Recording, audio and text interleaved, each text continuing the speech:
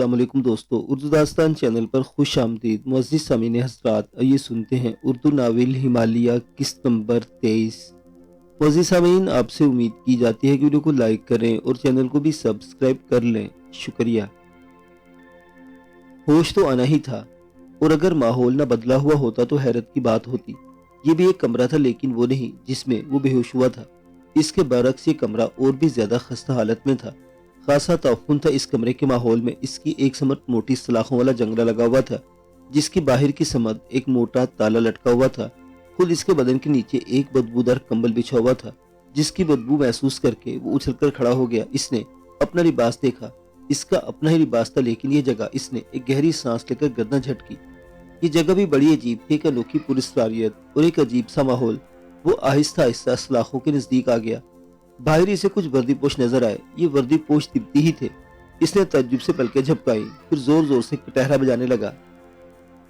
مسلح وردی پوش اس کی جانب متوجہ ہو گئے، پھر 4-5 آدمی اس کے سامنے آ گئے۔ ان سب کے چہروں پر شدید نفرت کے آثار تھے۔ وہ انہیں گھورتا رہا۔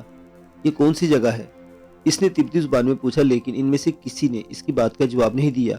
وہ نفرت بھری نگاہوں سے اسے گھورتے رہے۔ تب اس نے یہی سوال ان سے دوبارہ کیا، اور انہوں نے نفرت سے گردنیں پھیر لی۔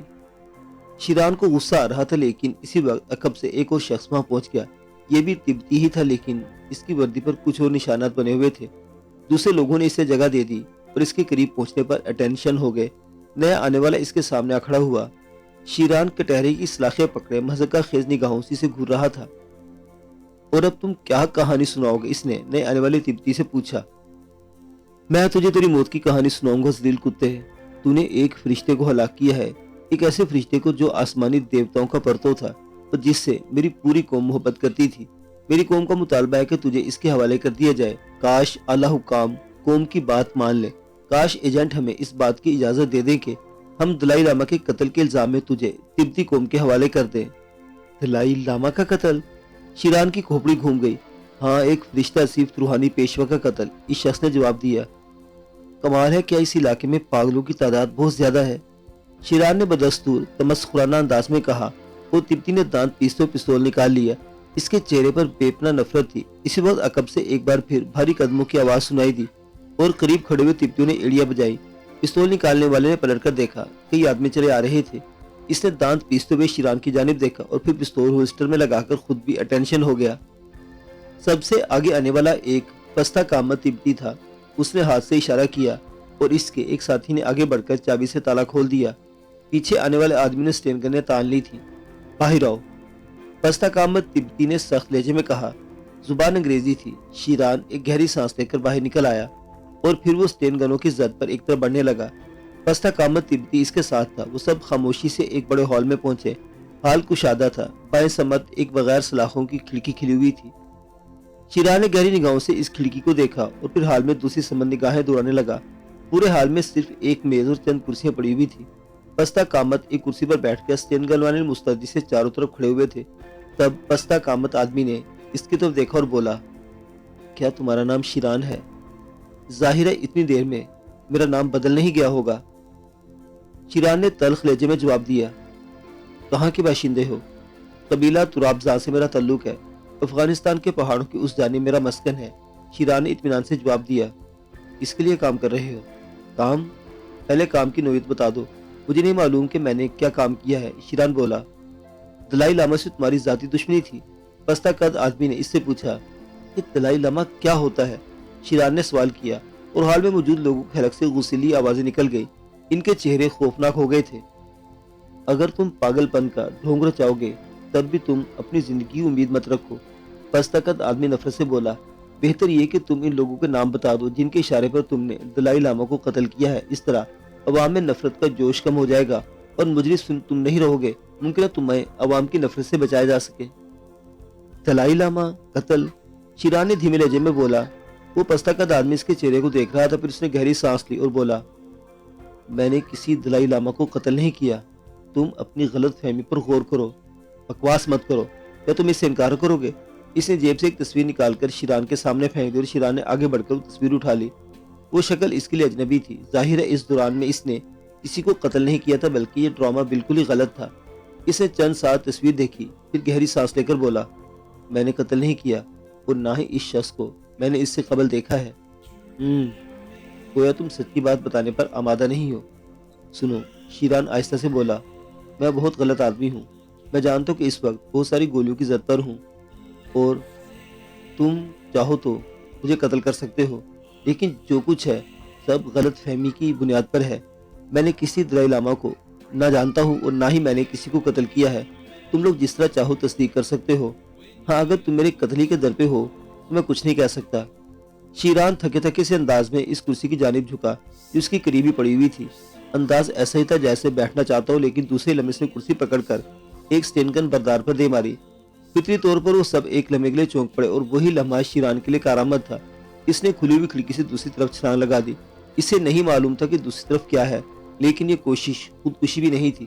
اس نے مارلینو سے بہت کچھ سیکھا تھا، بلندی سے کودنے کا ایک خاص فن، اور اس وقت وہی فن اس کے کام آیا تھا۔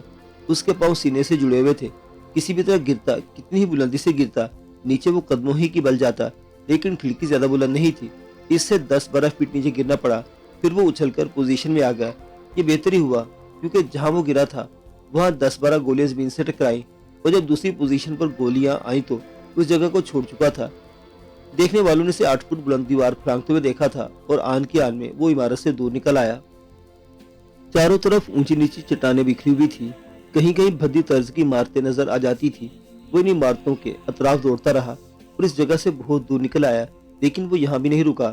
اسے کسی سڑک کی تلاش تھی، لیکن اس بات پر اسے ابھی تک حیرت تھی کہ اس عمارت کی طرف سے گاڑیاں اسے تلاش کرنے نہیں نکلی تھی۔ کافی دور جا کر اسے ایک سڑک نظر آ گئی اور وہ اس سڑک کے نشیب میں دوسری طرف پہنچ گیا۔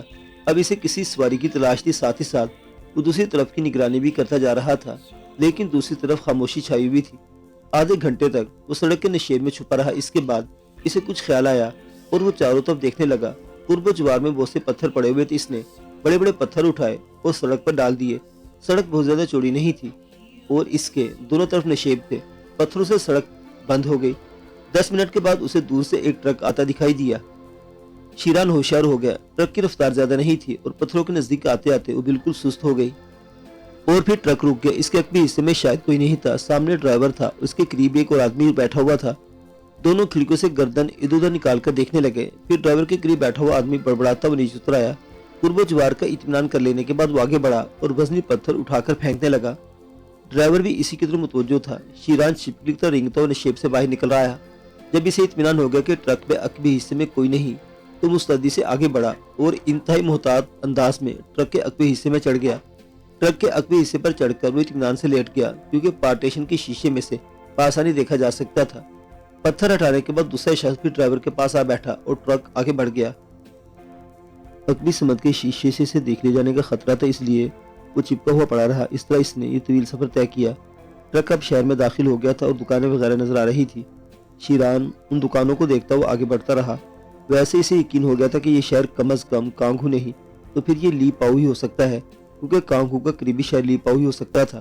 کافی بارونق شہر تھا۔ ٹرک کی رفتار اب خاصی سست ہو گئی تھی۔ پھر وہ ایک پرانی سی عمارت میں داخل ہو گیا۔ شیران ہر چیز کا بغور جائزہ لے رہا تھا، کیونکہ عمارت کے بارے میں اسے کوئی اندازہ نہیں تھا کہ کیسی ہے اور اس میں کتنے افراد موجود ہیں۔ باہر صورت ٹرک ایک جگہ رک گیا۔ شیران محتاط ہو گیا۔ ٹرک کے اگلے حصے سے دونوں آدمی اتر کر اندر چلے گئے۔ شیران نے میدان صاف دیکھا تو اطمینان سے نیچے اتر آیا۔ نزدیک ہی ایک ذیلی دروازہ نظر آ رہا تھا جس پر ایک مخصوص قسم کا سرخ نشان بنا ہوا تھا، لیکن شیران اس عمارت سے نکلنا چاہتا تھا۔ ذیلی دروازے میں داخل ہو کر وہ کیا کرتا؟ ابھی وہ کچھ اس کی طرف بڑھنے کے بارے میں سوچ رہا تھا کہ بھاری قدموں کی آوازیں سنائی دی اور مجبوراً اسی دروازے کا رخ کرنا پڑا۔ چند افراد اسی طرف آ رہے تھے۔ وہ پھرتی سے دروازے میں داخل ہو گیا اور اب وہ ایک شفاف راہداری میں تھا۔ راہداری کی دوسری سمت لوہے کے مضبوط دروازے تھے، لیکن ممکن ہے وہ لوگ انہی دروازوں کی طرف سے آ رہے ہوں۔ چنانچہ چھپنے کے لیے اسے کوئی جگہ چاہیے تھی۔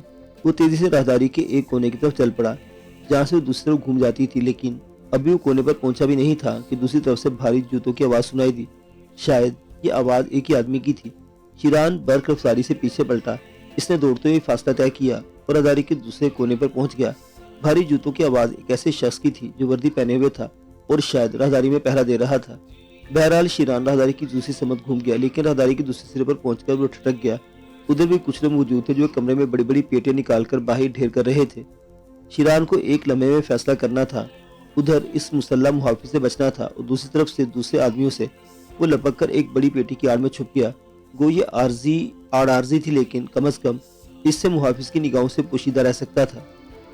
بڑے سنسنی خیز لمحات تھے اس وقت، تو وہ بالکل نا امید ہو گیا جب چند لوگ اس پیٹی کے نزدیک پہنچ گئے۔ ایک چھوٹی سی ٹرالی کرین اس طرف آ رہی تھی، وہ پیٹی کے نزدیک رک گئی۔ پیٹی میں لگے ہوئے ہک اس ٹرالی کے ہک میں لٹکا دیے گئے اور شیران نے آگے بڑھ کر اس پیٹی کا ایک ہک پکڑ لیا۔ وہ بھی اس کے ساتھ ہی اوپر اٹھتا چلا گیا۔ صورتحال ایسی تھی کہ ان خطرات کو مول لینے کے سوا کوئی چارہ کار نہیں تھا۔ حالانکہ اسے بآسانی دیکھا جا سکتا تھا، لیکن اب وہ تنبہ تقدیر ہو گیا تھا۔ ٹرالی کرین اسے لے کر چل پڑی اور چند لمحات کے بعد ایک بڑے ہال میں داخل ہو گئی۔ جب وہ زمین پر ٹکی تب شیران نے سکون کا سانس لیا۔ اس کے ساتھ اس نے اسی پیٹی کی آڑ لے لی تھی۔ یہ کوئی بہت بڑا سٹور تھا جہاں بے شمار پیٹیاں ایک دوسرے پر چنی ہوئی تھی۔ وہ پھرتی سے ان لوگوں کی نگاہوں سے بچتا رہا، پھر شاید ان لوگوں کا کام ختم ہو گیا۔ سٹور کو باہر سے مقفل کر دیا گیا اور وہ لوگ چلے گئے۔ اب شیران اس سٹور میں قید تھا۔ خاموشی پھیل جانے کے بعد اس نے چند گہری سانسیں لی اور اس پیٹی کے پیچھے سے نکل آیا جہاں چھپا ہوا تھا۔ اب اسے باہر نکلنے کی کسی مناسب جگہ کی تلاش تھی، لیکن بظاہر اس دروازے کے علاوہ اور کوئی جگہ نہیں تھی۔ دفعتاً اس کی نگاہ ایک روشن دان پر پڑی۔ یہ روشن دان بہت بڑا نہیں تھا، لیکن اتنا بڑا ضرور تھا کہ اس سے باہر نکلا جا سکتا تھا۔ وہ بلند بھی تھا، لیکن پیٹیوں کی موجودگی میں اس تک پہنچنا مشکل کام نہیں تھا۔ شیران نے قرب و جوار میں رکھی ہوئی پیٹیوں کا جائزہ لیا، پھر چھوٹی چھوٹی پیٹیاں منتخب کر کے انہیں روشن دان کے نیچے رکھنے لگا۔ پیٹیاں اٹھاتے اٹھاتے اس کی نگاہ ایک کھلی ہوئی پیٹی پر پڑی اور اس کا منہ حیرت سے کھل گیا۔ پتلی لمبی نلکیاں رکھی ہوئی تھی۔ یہ اسٹین گنوں کے پارٹس تھے۔ بہترین قسم کی اسٹین گنیں تھیں جنہیں ایک دوسرے میں فکس کر کے بآسانی استعمال کیا جا سکتا تھا۔ شیران مسکرانے لگا۔ یہ اس کی غیبی امداد تھی۔ اس نے ایک اسٹین گن نکالی اور اس کے پارٹس جوڑنے لگا اور تھوڑی دیر کے بعد ایک جدید تر کی اسٹین گن تیار تھی۔ تھوڑی دیر تک وہ ایمونیشن تلاش کرتا اور جلدی سے ایمونیشن بھی مل گیا۔ اس نے کئی ٹریک نکال کر جیبوں میں ٹھونس لے اور دوبارہ اپنے کام میں مصروف ہو گیا۔ اب وہ تیزی سے پیٹیوں پر چڑھ رہا تھا۔ چھت کافی بلند تھی، اس سے نیچے اترنے کا بظاہر کوئی راستہ نظر نہیں آ رہا تھا، لیکن شیران جھکا جھکا آگے بڑھتا رہا۔ اسے کسی ایسی جگہ کی تلاش تھی جہاں سے نیچے اترا جا سکتا۔ اسے اس کوشش میں ناکامی نہیں ہوئی۔ نیچے اترنے کا ایک گول زینہ نظر آیا۔ یہ زینہ اسے کہاں لے جائے گا، شیران نے اس بارے میں غور کرنا مناسب نہ سمجھا اور تیزی سے سیڑھیاں اترتا ہوا نیچے پہنچ گیا۔ وہ ان لوگوں کو نہیں دیکھ سکا تھا جو نیچے سے اس حال میں موجود تھے جس میں وہ زینہ اترتا تھا، اور جنہوں نے اس کی پہلی سیڑھی پر قدم رکھتے اس کے قدموں کی آہٹ محسوس کر لی تھی۔ وہ زینے کے اختتام پر ہی ایک دروازے کی اوٹ میں کھڑے ہو گئے تھے۔ کافی تنومند آدمی تھے دونوں۔ شیران نے نیچے اتر کر اس حال میں نگاہیں دوڑائی۔ دروازے کی طرف اس کی پوچھ تھی اور اس نے اسٹین گن سنبھال رکھی تھی، لیکن پلک جھپکتے ہی جو کچھ ہوا اس کے لیے غیر متوقع تھا۔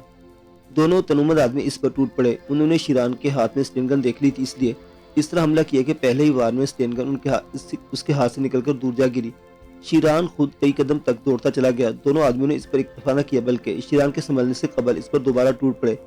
شیران کو سنبھلنے میں دیر لگی اور اس دوران میں وہ خاصی مار کھا چکا تھا، لیکن پھر ایک بار اسے موقع مل گیا۔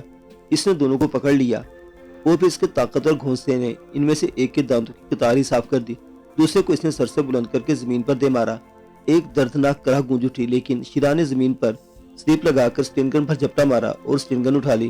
اسی وقت ایک آواز ابھری، نہیں شیران، گولی مت چلانا، میں مارلینو بول رہا ہوں۔ مارلینو؟ شیران چونک کر چاروں طرف دیکھنے لگا۔ میں ابھی تمہارے پاس پہنچ رہا ہوں، یہ سب میرے آدمی ہیں، ان پر گولی مت چلانا۔ جس شخص کو اس نے اٹھا کر زمین پر مارا تھا وہ تو بے ہوش ہو چکا تھا، اور جس کے دانتوں کی قطار غائب ہو گئی تھی وہ بھی تکلیف کی شدت سے جھول رہا تھا۔ اس کے منہ سے خون کی کلیاں نکل رہی تھی۔ پھر حال کی ایک سپاٹ دیوار میں دروازہ نمودار ہوا اور دو آدمی مارلینو کی کرسی سے کھیلتے ہوئے داخل ہوئے۔ مارلینو بہت خوش نظر آ رہا تھا اور گردن سے لے کر پیروں تک ایک ڈھیلے سرخ لبادے میں چھپا ہوا تھا۔ شیران میرے بیٹے، میری طرف سے مبارکباد قبول کرو، اس نے مسکراتے ہوئے کہا۔ شیران خاموشی سے گھورتا رہا۔ اسٹین گن اب بھی اس کے ہاتھ میں دبی ہوئی تھی۔ اب تم دونوں انہیں اٹھا کر لے جاؤ اور انہیں طبی امداد دو۔ تم اس عمارت میں کس طرح پہنچ گئے شیران؟ درجنوں گدھے تمہیں پہاڑوں اور جنگلوں میں تلاش کرتے پھر رہے ہیں۔ یہ سب کیا تماشا ہے؟ شیران نے غرائی ہوئی آواز میں کہا۔ کچھ نہیں، مارلینو کی تخلیق ہو رہی ہے، تعمیر نو ہو رہی تھی۔ آج میں پھر جوان ہوں، آج مارلینو پھر نئی دنیا میں آیا ہے، لیکن اب وہ کمزور نہیں ہے۔ اور مارلینو کی آواز شدت جذبات سے لرزنے لگی۔ اے مارلینو، تم میری عادت جانتے ہو، میں جن حالات سے گزرا ہوں وہ میرے لیے پسندیدہ نہیں تھے۔ مجھے افسوس ہے شیران، وہ میرے پیدا کردہ تھے، جو کچھ ہے وہ میں نے کیا تھا۔ کیا مطلب؟ پرکھ؟ وہ تمہاری پرکھ تھی، مارلینو نے جواب دیا۔ اس نے کرسی سے کھیل کر لانے والے دونوں زخمیوں کو گھسیٹتے ہوئے دروازے میں لے گئے جس سے مارلینو اندر آیا تھا۔ مارلینو، میری قوت برداشت جواب دیتی جا رہی ہے، فضول باتیں کرنے کے بجائے مجھے تفصیل بتاؤ ورنہ۔ ورنہ اسٹین گن کی گولیاں میرے سینے میں اتار دو گے، مجھے کوئی کلپ نہ ہوگا میری جان، کیونکہ میں نے اپنے پیچھے ایک دوسرا مارلینو چھوڑ جاؤں گا، ایک نڈر اور بے خوف جوان جو میرا مشن پورا کرے گا، اور وہ تم ہوگے شیران، تم۔ او بابا یہ تو بتا دے کہ یہ کون سا شہر ہے، کانگ ہو یا لیپاؤ؟ شیران نے زچ ہو کر کہا۔ ہم اس وقت لیپاؤ میں ہیں۔ میرا بھی خیال یہی تھا، لیکن کیا یہاں بھی تمہاری حکومت چلتی ہے؟ شیران نے پوچھا۔ ہاں، میں ان علاقوں کا بے تاج بادشاہ ہوں، حکومت سے میری کوئی چپلش نہیں، لیکن میری اپنی سیاست ہے، میری اپنی الگ حکومت ہے، اور میں یہاں گدھوں کی طرح کھڑا ہوں۔ کیوں؟ شیران نے ناک چڑھا کر کہا۔ نہیں آؤ، مالینو نے کہا اور سرخ لبادے کے نیچے تحریک ہوئی، وہ دونوں دو ہاتھوں نے لبادہ اتار کر نیچے پھینکا اور ویل چیئر سے نیچے اتر آیا۔ شیران اچھل کر ایک قدم پیچھے ہٹ گیا، اس نے اسٹین گن سیدھی کی ہی تھی کہ اسے محسوس ہوا کہ جیسے کسی نادیدہ قوت نے اس کے ہاتھوں سے چھین لیا ہو۔ اسٹین گن شیران کے ہاتھوں سے نکل کر مارلینو کے ہاتھوں میں پہنچ گئی۔ ہاں، مارلینو کے ہاتھوں میں۔ آج کی بات نہ تھی، شیران نے درجنوں بار مارلینو کو دیکھا تھا، اس کے ہاتھ کونیوں کے پاس سے غائب تھے، اس کے پیر گھٹنوں کے پاس سے کٹے ہوئے تھے، لیکن اس وقت وہ اپنے پیروں پر کھڑا تھا، وہ اسٹین گن اس کے ہاتھوں میں تھی۔ سرخ لبادے کے نیچے ایک خوبصورت تراش کا قیمتی سوٹ موجود تھا۔ یہ مارلینو نہیں تھا، اس کے میک اپ میں کوئی اور ہے، اور جو کوئی بھی ہے، اس نے مارلینو کی آواز کی نہایت کامیاب نقل کی ہے، لیکن اسٹین گن اس نے سوچا، میں مارلینو ہوں، میرے بارے میں کسی اور انداز میں مت سوچو، یہ مقناطیسی قوت ہے جس نے تمہارے ہاتھ سے اسٹین گن نکال دی، اور یہ مقناطیسی قوت میرے ان ہاتھوں میں ہے۔ اس نے دونوں ہاتھ سامنے کر دیے۔ شیران خاموشی سے اس کی شکل دیکھے جا رہا تھا۔ تمہیں یقین نہیں آتا شیران؟ کون ہو تم؟ شیران سرد لہجے میں بولا۔ مارلینو، تمہارا دوست۔ اب تم مجھے جادو کی کہانیاں سناؤ گے؟ شیران نے گہری سانس لے کر کہا۔ نہ صرف تمہیں جادو کی کہانیاں سناؤں گا، بلکہ تمہیں جادو دکھاؤں گا۔ یہ دیکھو، میرے ان ہاتھوں کی قوت دیکھو، اس نے کہا، اور دوسرے نمبر سے اسٹین گن جو مضبوط فولاد سے بنی ہوئی تھی معمولی لکڑی کی طرح توڑ کر پھینک دی۔ شیران گہری نگاہوں سے اسے دیکھ رہا تھا۔ آؤ میرے ساتھ آؤ، میں تمہیں بہت سے جادو دکھاؤں گا، آؤ شیران آ جاؤ، یہ میری درخواست ہے۔ وہ دروازے کی طرف مڑا، شیران اس کے ساتھ دروازے سے باہر نکل آیا۔ اتنے طویل عرصے میں وہ پہلی بار مارلینو کو اپنے پیروں پر چلتے دیکھ رہا تھا، ان پیروں پر جن کا کوئی وجود نہیں تھا، لیکن اب اس کی چال میں بے حد اعتماد تھا۔ شیران گہری نگاہوں سے اسے دیکھتا ہوا اس کے ساتھ اس کمرے تک نکل آیا۔ کمرے کی دوسری جانب ایک کشادہ راہداری تھی، بائیں سمت ایک اور دروازہ نظر آ رہا تھا۔ مارلینو دروازہ کھولا، مسکرا کر شیران کی طرف اشارہ کیا۔ شیران اب اس عمارت میں پھنس تو گیا تھا، کوئی جدوجہد کرنا مشکل ہی معلوم تھی، کیونکہ یہ شخص جو بھی تھا، اس کا جال بہت مضبوط معلوم ہوتا تھا۔ اس بڑے کمرے میں داخل ہو کر اس نے ایک کشادہ ہال اور بڑے کمرے کو دیکھا، جس میں عجیب و غریب مشینیں لگی ہوئی تھی، بھاری بھرکم اور فولادی مشینیں اور وزنی وزنی پتھر، عجیب سا ماحول تھا۔ یہ میرے ورزش کرنے کی جگہ ہے، مارلینو نے مسکراتے ہوئے کہا۔ تم مجھے بیوقوف بنانے سے باز نہیں آؤ گے، شیران بولا۔ دیکھو شیران، کوئی جذباتی بات مت کرو، میں تمہیں یقین دلانے کی کوشش کروں گا، اور مجھے امید ہے کہ تمہیں میری بات پر یقین آ جائے گا، اور اس کے بعد اگر تم مجھ سے کوئی ایسی ویسی بات کی تو خود تمہیں افسوس ہوگا۔ بارہا تم نے مجھ سے کہا تھا کہ میں تمہیں اپنی کہانی سناؤں، اور میں نے تم سے وعدہ کیا تھا کہ میں تمہیں اپنے بارے میں بتاؤں گا، لیکن میں اسی وقت کا منتظر تھا، لیکن تمہیں کسی الجھن میں نہیں رکھنا چاہتا تھا۔ میں تمہیں ساری تفصیل بتاؤں گا، پہلے تم وہ جادو دکھا دوں جس کا تذکرہ تم نے ابھی بھی کیا تھا۔ دکھاؤ دکھاؤ، جلدی کرو تاکہ فیصلہ ہو۔ شیران ہاتھ اٹھا کر بولا۔ تم نے میرے ان ہاتھوں کی مقناطیسی قوت کو دیکھا، جسے تمہارے ہاتھ سے اسٹین گن چھین کر میرے ہاتھوں میں پہنچا دی۔ یہ حقیقت ہے کہ اس مقناطیسی قوت کو میں نے مصنوعی ہاتھوں میں قید کیا ہے۔ اس مشین کا وزن تمہارے خیال میں کیا ہوگا؟ اس نے ایک بہت بھاری مشین کی طرف اشارہ کر کے پوچھا۔ مجھے کوئی اندازہ نہیں، شیران بولا۔ تو پھر دیکھو، مارلینو بولا، اور اس نے دونوں ہاتھ سامنے کر دیے۔ وزنی مشین اپنی جگہ سے کھسکنے لگی، ان ہاتھوں کی کشش سے کھینچی چلی آ رہی تھی، حالانکہ اس کی رفتار بہت سست تھی، اور زمین پر اس کی رگڑ ایک خوفناک گڑگڑاہٹ پیدا کر رہی تھی، لیکن مشین اپنی جگہ سے سرک رہی تھی۔ کوئی ایسا ذریعہ نہیں تھا جس پر شبہ کیا جا سکتا، مشین کسی اور وجہ سے مارلینو کے قریب آ رہی ہے، وہ صرف اس کے ہاتھوں کی قوت ہی تھی، اور تھوڑی دیر کے بعد مشین مارلینو کے ہاتھوں تک آ گئی۔ مارلینو کے ہونٹوں پر مسکراہٹ تھی، اور اب شیران کی آنکھوں میں بھی تحیر کے آثار نظر آنے لگے۔ مارلینو نے آہستہ سے اپنے دونوں ہاتھ ہلائے اور مشین سے جدا کر دیے۔ مارلینو نے مسکرا کر شیران کی طرف دیکھا اور بولا، قریب آؤ میرے دوست، اتنا فاصلہ مناسب نہیں۔ شیران اس کے پاس پہنچ گیا۔ اس مشین کو دیکھ لو، اس کے ہتھے کو دیکھو، کیا تمہارے خیال میں یہ کمزور ہے؟ نہیں نہیں، کمزور نہیں، شیران نے اعتراف کیا۔ تو پھر یہ دیکھو۔ مارلینو نے مشین کے فولادی ہتھے کو، جس کا قطر 4 انچ سے کم نہیں تھا، اپنے دونوں ہاتھوں سے پکڑا، اور اس کے بعد شیران نے ایک اور حیرت انگیز منظر دیکھا۔ فولاد مڑ رہا تھا، اس کے بعد اس کے دونوں سرے آپس میں مل گئے۔ یہ بے پناہ قوت انسانی نہیں تھی، یہ میرے مصنوعی ہاتھوں کا کارنامہ ہے۔ ان ہاتھوں کا جنہیں اس دنیا میں مجھ سے چھین لیا، اور اب یہ دیکھو۔ اس نے پیچھے ہٹ کر مشین کو ایک موٹی چادر پر ٹھوکر لگائی۔ وہ چادر میں گہرا گڑھا پڑ گیا ہے۔ اسے دوسری ٹھوکر لگائی، چادر اور گہری ہو گئی۔ پھر اس نے تیسری ٹھوکر لگائی، چادر میں سوراخ ہو گیا۔ میں دنیا کی سخت سے سخت چیز ان پیروں سے توڑ سکتا ہوں۔ یہ دیواریں تم دیکھو، یہ میری ٹھوکروں سے اپنی جگہ چھوڑ دیں گی، یقین نہیں آتا میں اس کا مظاہرہ کر کے دکھاؤں؟ نہیں نہیں، بس اتنا ہی کافی ہے۔ حالانکہ میرا ذہن اسے اب بھی قبول نہیں کر رہا۔ تو تم تو کمال کی چیزوں مار لینو۔ شیران نے اسے مزید توڑ پھوڑ سے روکتے ہوئے کہا۔ شیران اب واقعی متحیر ہو گیا تھا۔ یہ خوفناک قوت انسانی نہیں تھی، اس کے علاوہ مارلینوں کی حرکات و سکنات کا جائزہ بھی لے رہا تھا۔ مارلینوں اس میں کوئی فرق محسوس نہیں ہو رہا تھا سوائے اس کے ہاتھوں اور پاؤں کے۔ میرے یہ ہاتھ اور پاؤں ان لوگوں نے چھین لیے تھے، لیکن میں نے انہیں دوبارہ حاصل کر لیا، اور اب یہ جو ہیں ہمارے سامنے ہیں، سمجھے شیران؟ میں ان پیروں کی قوت سے فضا میں چھلانگیں لگا سکتا ہوں، میں ان دیواروں کو گرا سکتا ہوں۔ اور تم مارلینو ہو؟ شیران بولا۔ ہاں، آؤ میرے ساتھ، یہاں سے نکلو، مارلینو نے مزمل لہجے میں کہا۔ اور پھر وہ دونوں وہاں سے نکل آئے۔ ایک انتہائی خوبصورت نشست گاہ میں داخل ہو کر ایک صوفے پر دراز ہو گیا۔ اس نے صوفے کے ہتھے میں لگا ہوا ایک بٹن دبایا اور دو آدمی اندر داخل ہو گئے۔ میری چیئر لے آؤ، مارلینو نے کہا۔ بہتر جناب۔ دونوں میں سے ایک باہر نکل گیا اور دوسرا مارلینو کے قریب پہنچ گیا۔ مارلینو نے کوٹ اتار دیا، پھر اس نے آستینیں بھی چڑھا لی۔ سفیدات واقعی غیر انسانی معلوم ہوتے تھے۔ ملازم نے ہاتھوں سے مخصوص کلپ ہٹائے، اور پھر ایک ہاتھ اپنی جگہ سے جدا ہو گیا، پھر دوسرا اسی طرح۔ دونوں پاؤں اپنی جگہ سے علیحدہ ہو گئے۔ پھر ان دونوں ملازموں نے اسے ویل پر بٹھا کر وہ سرخ کمبل اڑا دیا۔ اب تمہیں یقین آ گیا شیران؟ مارلینو نے کہا۔ مجھے افسوس ہے مارلینو، لیکن ہاں، آج میں تمہیں اپنی کہانی سناؤں گا مختصراً، اور تمہیں میری حقیقت معلوم ہو جائے گی۔ میں منتظر ہوں، شیران بے چینی سے بولا۔